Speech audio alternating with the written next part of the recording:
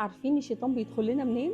بيدخل لنا من النعم اللي ربنا اداها لنا، والله زي ما باقول لكم كده، يخلّيك تشوف النعمة بشكل وِحِش، تشوف ولادك أشقيا ومتعبين، فتنسى تحمد ربنا على نعمة الذرية، تشوف أهلك متحكمين فيك وعصبيين معاك، فتنسى تحمد ربنا على حُبّهم واهتمامهم بيك، تشوف البيت بتاعك ناقصه حاجات كتيرة وتتضايق منّه وتبقى مش طايقه، تبقى متضايق من كل حاجة فيه.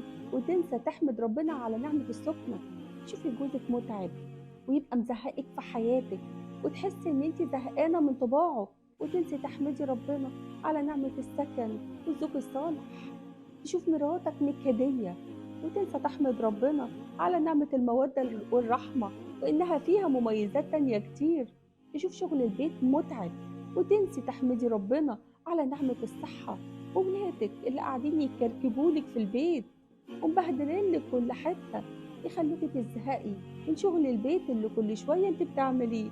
خلّي بالِك، النعم اللي في حياتك وفي حياتِك تبقى حلم لحد تاني نِفْسه يحققه، نِفْسه يوصل له، نِفْسه يحصل عليه، فبلاش تخلّي اختبارك يكون في الشكر وتعيش حاسس إن حياتك كلّها ابتلاء وصبر وتعب ومشقة. اشكر ربنا بدل ما حياتك تتقلب بجد لامتحان، امتحان صبر.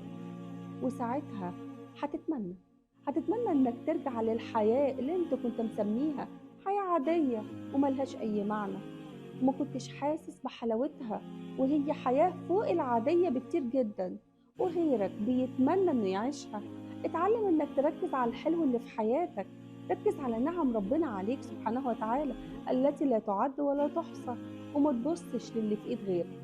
ما يغركش المظاهر، ده أنت لو عرفت اللي عنده يمكن يصعب عليك حاله. ما تخلّيش الشيطان يبوّظ لك حياتك ويكرّهك فيها.